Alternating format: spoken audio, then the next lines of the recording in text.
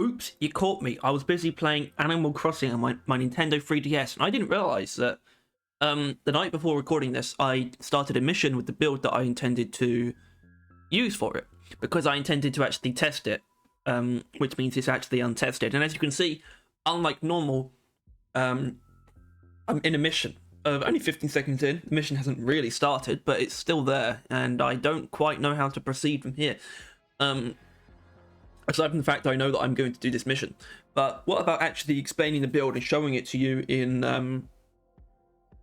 the way that I normally do? Well, that's when I need to employ the help of my good friend, Carl.gg, to explain what's going on here. So yeah, welcome back to Build Showcase. We're back to a Driller build now, and Driller is definitely one of the ones I have a sort of lower number of defined builds for, but and this is one of them, by the way. This is not particularly well defined. It's not something I have refined very much over time or put much thought into or just used that much, really. And that is a little bit of what this series is going to have to be from time to time, or it might just become this way in general, is me trying out certain things. Now, obviously, we did the Ice Storm one that was like, Ice Storm, good or bad? And it kind of didn't really work out. This is kind of that, except the build is... I know what the build is going in, and I'm kind of just going to be figuring out whether it's good or bad. And if it's good, then title will indicate that. If it's bad, title will also indicate that, but it's still going to be the video nonetheless. And I can't imagine it being that bad. This is finally me, I wouldn't say bending the knee or biting the bullet or anything, but using sticky fuel, which is... I don't particularly enjoy using the sticky flames on Driller, but it's something that I'm going to have to do eventually, because it's one of the most pervasive builds for it. Just in the community and sort of meta of using Driller and just the game in general. I don't know if I actually am building it the same way that other people do, but I don't know. This is my Sticky Flames build, Sticky Fuel build. Sticky Fuel is obviously a weird overclock. It does reduce both your tank size and max ammo, which I think maybe it doesn't justify, but if anyone really knows what's going on, they know that Sticky Fuel is extremely powerful, but it hinges on a couple of things, really. In tier 1, I decided to take tank size because I'm just more comfortable with it, but I can actually see why both of these would be really good options. I think range is actually a really good choice for the Flamethrower in a lot of situations, especially one like this. It's not that the overclock reduces our range, but having more range to lay down sticky flames could easily be a thing that you would argue for. It's probably one of the few things that could change after the first mission for the next one. Obviously, we're only going to do 2 missions at most. Possibly a bonus round, I'm not sure. Tier 2 is obvious to me. I believe it's obvious. I don't see how it couldn't be obvious. We could take damage, we could take extra heat, or we could take sticky flame duration. The direct damage does not make the sticky flames do more damage. The increased heat does not make the sticky flames set enemies on fire for longer, but this upgrade does make the sticky flames last longer, so it's an obvious pick. Tier 3 is slightly less obvious, although I think it is kind of an essential one.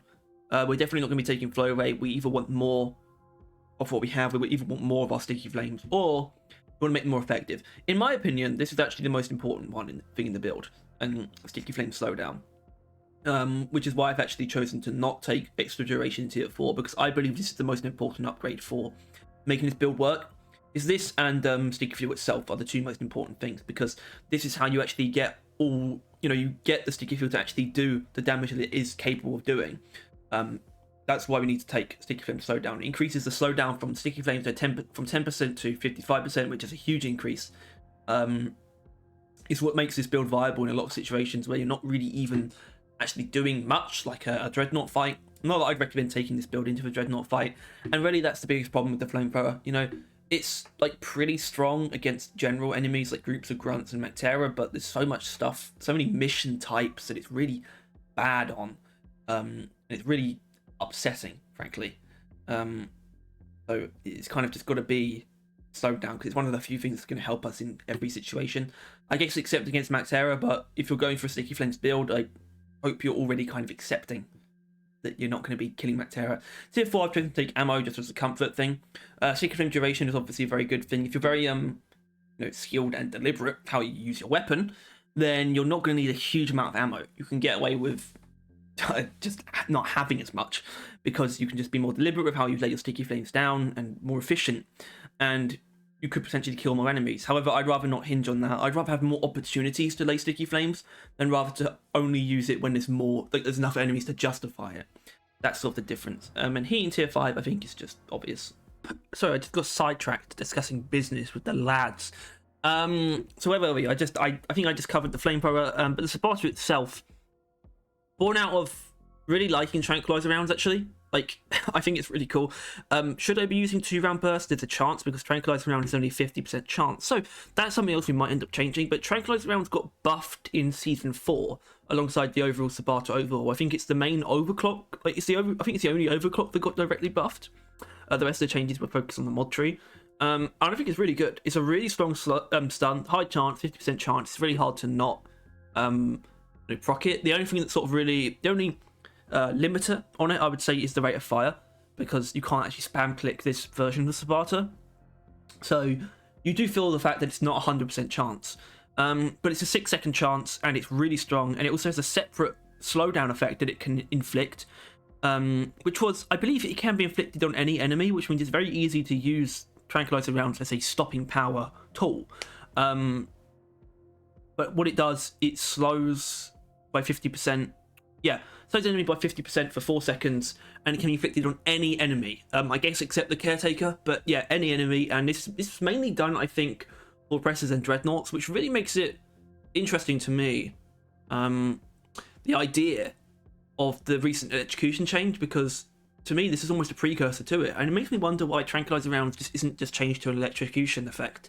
But I think it's fine as it is. It also obviously works on other things that can't be stunned, like I think grabbers and shellbacks can't be stunned and things like that, so it's got use there as well. But what I'm saying is that Tranquilizer rounds feels really good as like a thing that has very strong stopping power, which makes it feel good as a thing to build for, like being a heavy hitter. Obviously it's kind of weird because I haven't taken any of the direct damage increases, but you know, I at least have the weak point damage here, which is a big weak point bonus. It brings our weak point bonus up to 100%. Pardon me. Tier 1, I took magazine size. I think with the decreased rate of fire, it's going to be not too difficult to control the weapon, so I'd rather have more in the clip. Tier 2 is ammo, which could change the damage depending on how this goes, but I also want some flexibility from it. I don't want to really only be using it against enemies I've set on fire, and I want to talk about that, by the way. Tier 3, I have taken accuracy, though. It's both spread and recoil. I actually think this is the lesser of the accuracy mods. This just affects the base spread. This affects, you know, how much it spreads per shot and how much recoil you have, which I think is better. 2-round burst is something that I could consider depending on how this feels. Because given that both of the effects are both a 50% chance, I feel like with a 2-round burst, that's really going to guarantee that at least one gets inflicted.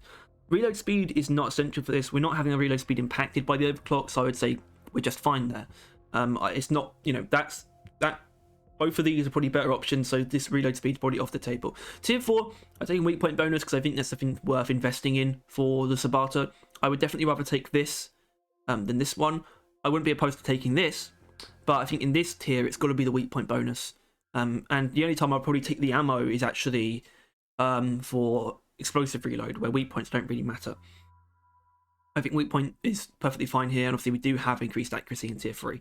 Tier 5, volatile bullets. Obviously, we're using the Flamethrower. It's pretty much as simple as that. Floating rounds could be good, but we want to get that burning damage bonus, I think. I think that makes sense. But I want to say something about that, especially after the changes to electrocution, which the biggest change to that, given that we can now electrocute Dreadnoughts and Oppressors with all sorts of electrocution, I think the biggest impact that that's made is allowing electrical damage bonuses to be used against them from things like the Subata and the Stubby and the Zukovs and things like that. Obviously, this still isn't the case when it comes to fire damage bonuses, which I think is incorrect. Things like volatile bullets and, well, volatile bullets mainly, but anything that gets that bonus damage against fire can't against Dreadnoughts, basically. And I sort of have an idea for how this could be remedied. I really like the idea of, because basically you could compartmentalize fire into 2 separate effects. There's the effect of being heated up and the effect of being on fire itself. Dreadnoughts can only be in the state of being heated up. They never actually can be set on fire because of how strong their resistance is to it. I would propose that we would have the game account for a second state of a creature that is just the being heated up state, and that would apply in the cases where a on fire damage bonus would be applied. It would apply a smaller one only when that effect is in play. So, like, basically, when an enemy is being affected by sticky flames, but they're not inherently on fire, you would still get some bonus damage from this, but it would be like 25%, not 50%. So as long as the dreadnought is touching sticky flames and is being heated up, even though it can't be set on fire, you could still get bonus damage from it. I think it's something that would be worth looking into.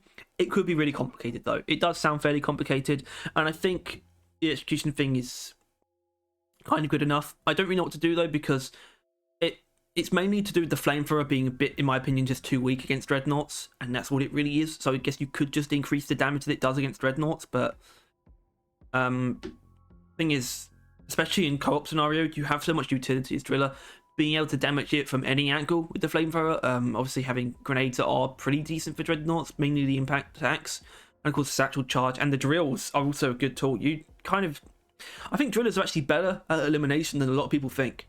Like, genuinely, you know, you can build for temp shock with the cryo cannon. Like, genuinely, the slug pump is actually great against dreadnoughts.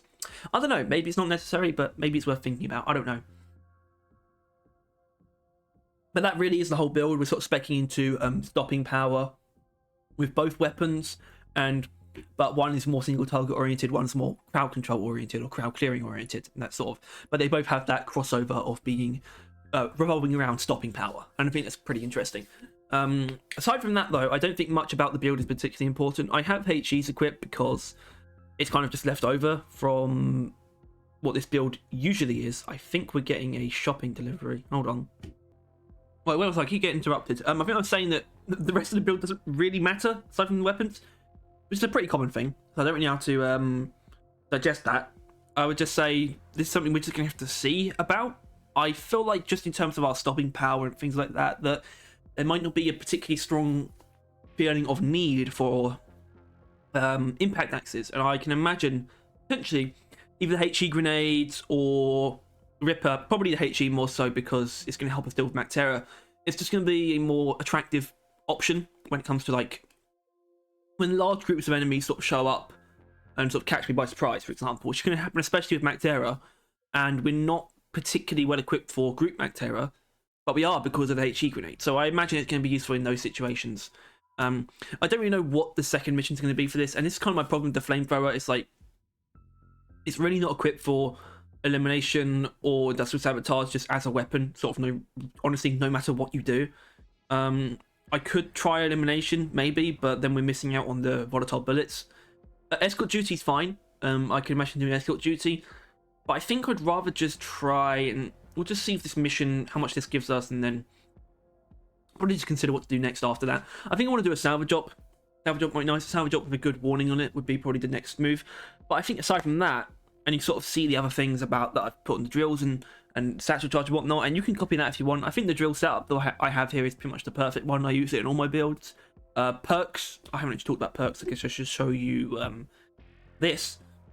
Standard stuff, you know, dash and heightened senses are standard. Vampire is just, it's driller. I'm going to be using Vampire, and that's kind of it. Although Sweet Tooth, I don't know what it is. I like Sweet Tooth and driller for some reason, so you could use that if you want as well.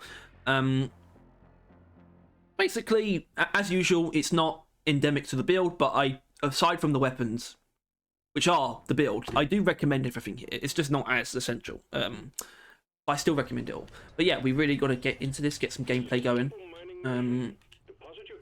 Obviously, as usual, I will not bother you with things like what we're doing right now.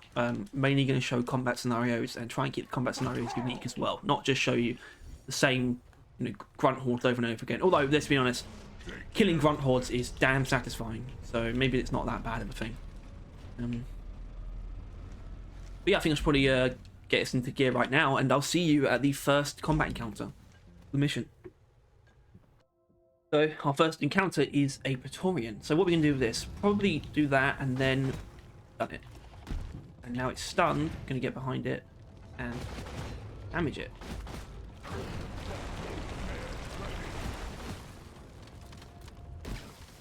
I mean, that worked well enough, I suppose. We only used about 11 ammo. We probably could have done it with less flamethrower ammo, actually, to be honest. So in terms of the efficiency of taking down a single Praetorian, I mean, how much more do we need to see, really? That's kind of done it. Also, I need to adjust the camera.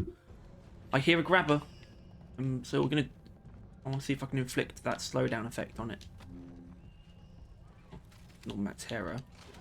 See, Normal Terror, they're still pretty easy to set on fire, and then you can do a lot of damage. Although I wouldn't mind testing it without the fire.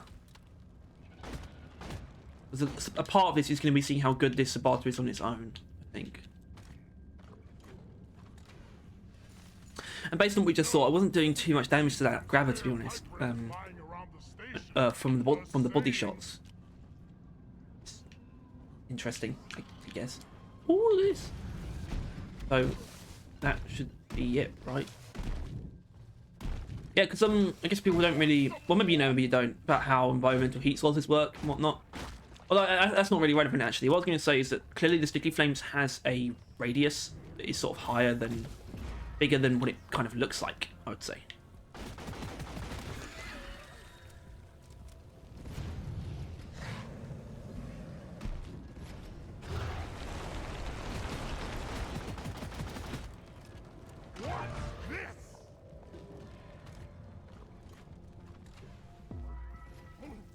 What the hell? Dun dun dun dun dun dun dun dun dun. Stop poking me. There it is. Okay. Alright, great. Two try jaws. Okay, so I can stun them before either of them get to attack. Actually kill them both before they get to attack. Yep, but there's... Yeah, I mean, if I just had, like, you know, better accuracy and reflexes, I probably could have handled that better, but still. Shellback down here, which is good. I wanted to try Shellback. Where is it? Stay still.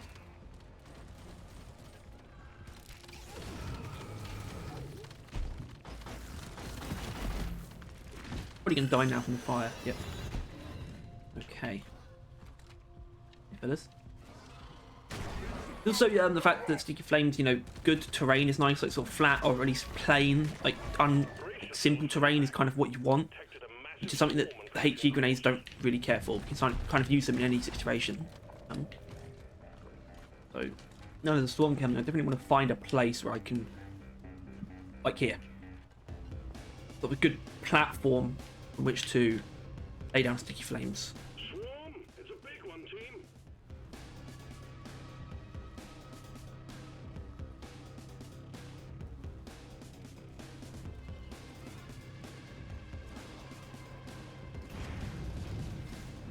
No players ready. I don't know why that guy didn't die. That loser.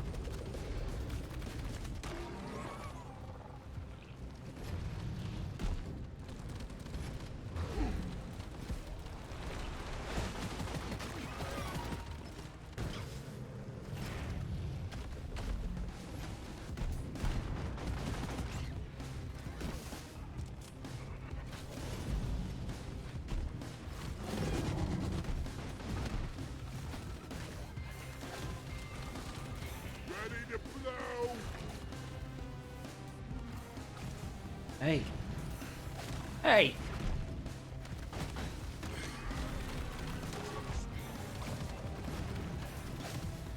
Scanner shows the wave is thinning out. Take out the rest of them. Snap. Hey. Do, do, do, do, do. Die, creep. Whack-a-mole. Oi, oi, oi, oi.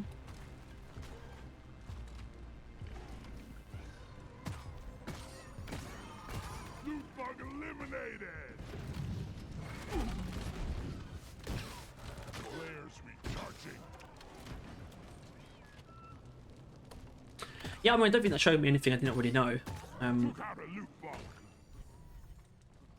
It's pretty much what I expected, really. Well, I will say the Praetorian, handling Praetorian to this is pretty nice and like pretty easy. I'm expecting the same for Pressers and possibly even Wardens. Could be a pretty similar experience. All right, well, until definitely. Oh, hi. The Acid Spitters is something that we're probably mostly going to have to rely on our barter for. But until the next combat encounter, I think, you know, for now I'll definitely show whatever the next combat encounter is, but we'll do some mission stuff in a couple minutes, I reckon. So, something's happening. And a presser. There you go. Look at that. Obviously, pressers, especially if they're moving through it, do not get set on fire easily. But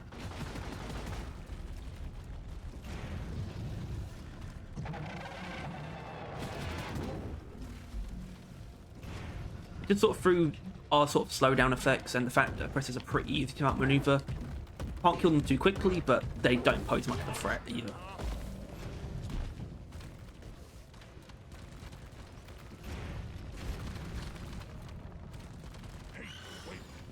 That died to the Sticky Flames or was that Vodko? I genuinely can't tell. This is a HE job. Beautiful. HEs are good. They're good.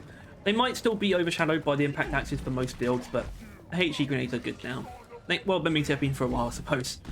Since season 3, technically.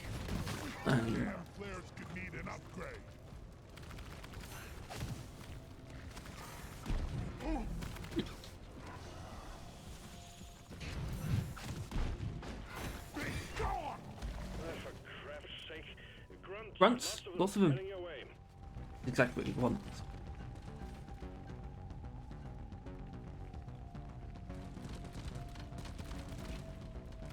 Explosive device. That wasn't particularly impressive. Grunts engaging. Take him out. We got work to do. Grunts engaging.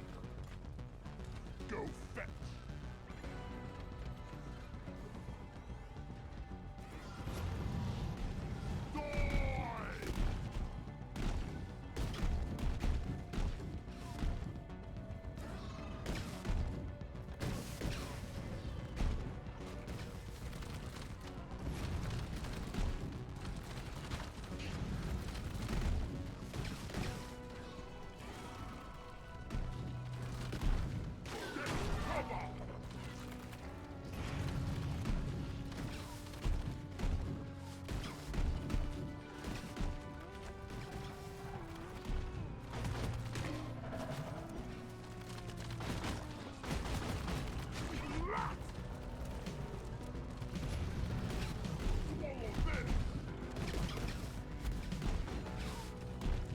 Oh, I'm actually a bit worried about my Flamethrower ammo economy. I'm using quite a lot of it.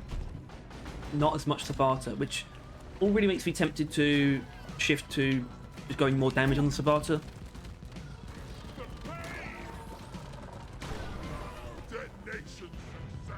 Obviously, it's because we're fighting hordes of grunts, but still. I think I'd be more tempted to use the Subata on the grunts if I could pick them up quicker. The last of the wave is approaching you now. Keep it together. That's all you got, you slippery shit.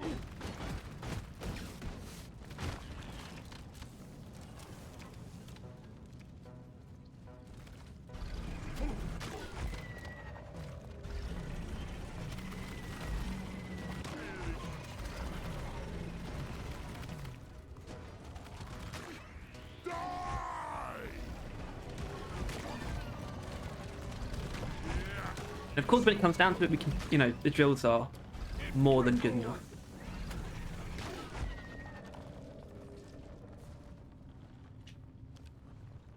But I want to move on from this cave to somewhere nicer. So I'll see you there. Alright, got to deal with an ambush with not much ammo. Shit, that wasn't worth it. Can I reach that? No, I can't. Shit.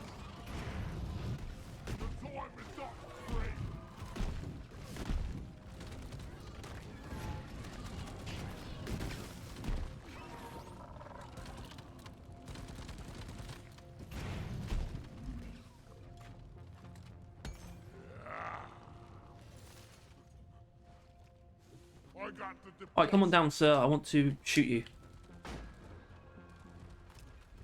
Oh, it's two of them. Perfect. Let's go over there. I was going to use the satchel charge, but I want to test how good just sort of using fire and having it propagate. I'm going to do against 2 Praetorians.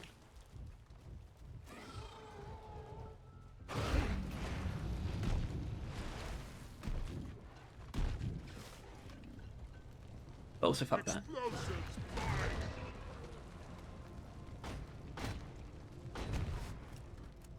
What's the cool thing about lingering fire is, of course, when it comes to things like Death Cloud from Praetorians and Oppressors, it'll just set them on fire eventually, without you having to, do that manually, without having to ignite it manually. And I think that's cool. I'm dubious as to how utilitarian that actually is. Bug sign. Swarm incoming. Oh, I'll show you this swarm, but I think after that, that's probably gonna be it for this mission unless something like really specific happens.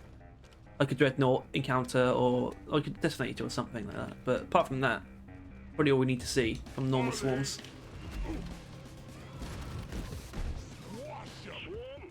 We're going to do a salvage job after this, a proper area. Oh my god. Back at the acid spitters. This is where more direct damage would be nice.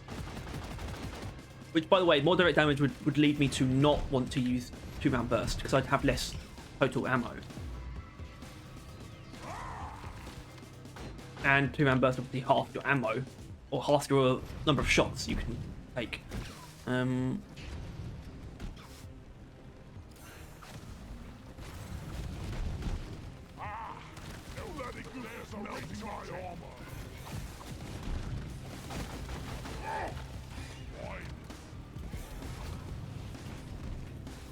Well, these spreads are actually being a problem.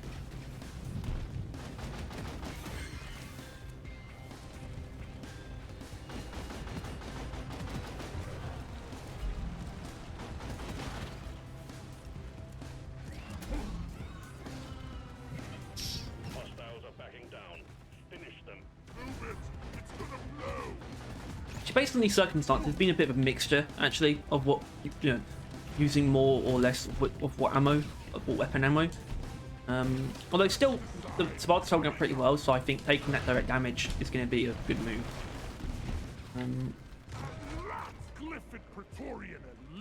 As in, Subata's holding up pretty well ammo-wise, which tells me that I should probably actually, and I'm not finding the damage too impressive, so I should probably take the increased damage instead.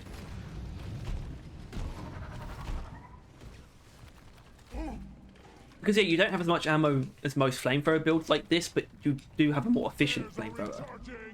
That's something you need to keep in mind, I think, in sort of building it.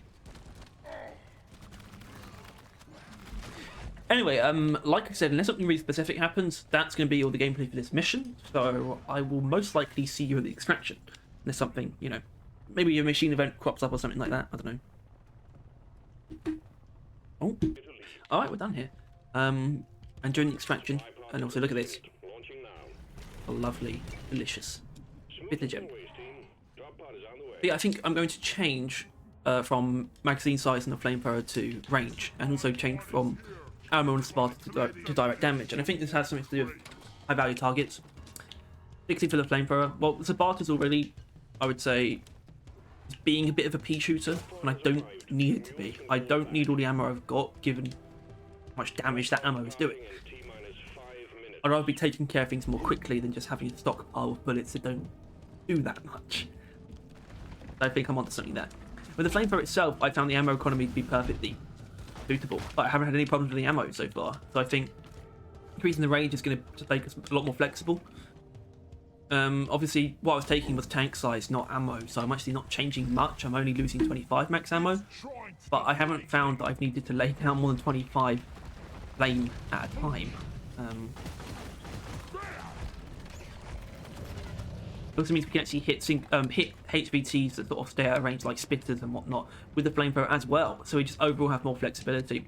And I think that's going to be nice in salvage job because it means we're going to set up sticky flames at a longer distance. Obviously, something that's going to be missing, given that I'm going to be playing a salvage job, is that it's not proving whether or not this can really be used against bosses. But I would say you can probably just do just fine. You can do a lot, like I said, especially in co-op as driller, just with satchels and drills. Any of the dreadnoughts, especially like a hive guard, you know exactly what to do with the satchel charge. So I'd say I don't really need to show that off. I just need to say that's just not what this is specialized for at all. I know that already, and I don't really want to go through the hassle of proving that because I kind of already know.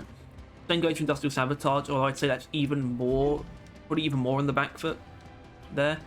I'd say if you want to just help yourself to switch to all ammo and explosive reload if you're going into industrial sabotage, but don't want to change your build entirely. But I really can't recommend using sticky fuel on industrial sabotage. That sounds like a really bad idea. And like I said, I'd rather not do something that I think isn't going to work. I'd rather try and prove something that works that I am already confident in, you know?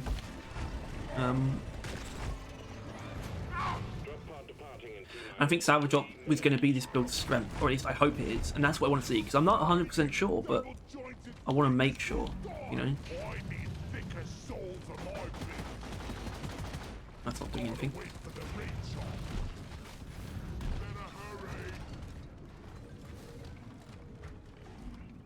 Well, as soon as we're out of here, we're going to choose our next mission, just jump right into it. Well, we're going to make some changes, but I've already, I'd say, been through takeaways for this mission, what we might change about it. Don't have some weaknesses though. Aside from what we're going to cover from the change that I'm about to make, I would say there aren't really any major weaknesses. I would say a weakness will probably be patrol bots, especially if we reduce the tank size, because patrol bots, usually the thing that takes them down the best is actually heat radiance itself, or impact axes combined with a power attack. But I have, on this build, actually have a more powerful power attack, like the Serrated Edge. That combined with a weak point focused Subata with increased direct damage is probably going to handle patrol bots just fine. So we'll see, maybe we'll get a rival presence salvage job, which I'm going to immediately look at missions for. Golden bugs, not necessarily what we want. Lithophage outbreak would be good. I don't want to do it. But I guess I should, and this might sort of show that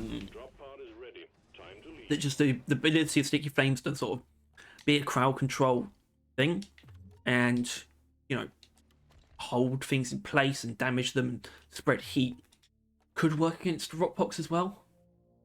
Yeah, but I've made those changes. I'm happy with the HEs. I'm happy with my perks and all that stuff. I'm gonna take bigger sample charge. Apart from that though, this is all good, and I think we're just going to jump right into this next mission. Obviously I am not confident about Rockbox specifically, but it'll be interesting to see, you know. Oh, I suppose. While I'm here, by the beginning of the mission, I want to show you how this does against loot bugs. Very well. In fact, you can do that without really, you don't need sticky field to do that. You just lay a tiny bit of flame under a loot bug, and it will die. Chances are.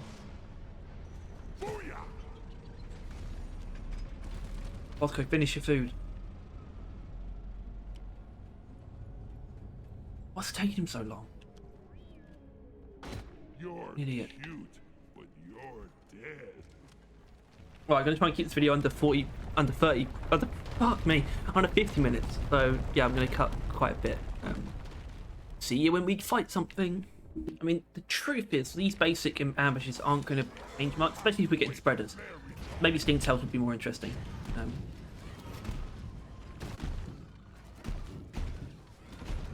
So we do have some changes that we need to test, like the direct damage, I would say, against this Victorian. Noticeable, I'd say. Obviously, I put myself in a bit of a dangerous situation there to test it. I don't even know what happened to the shell back. Did it die? Let's have a look what we got here. There's our... Okay, some rock box enemies. Set that off. Sure. Yeah, I guess rock box is going to be one of the main things we want to see, though.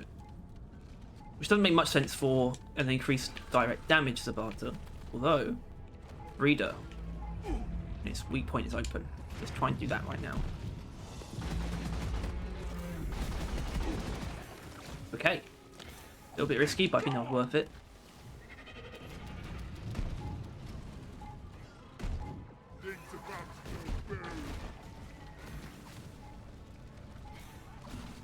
Not ready. There's watching.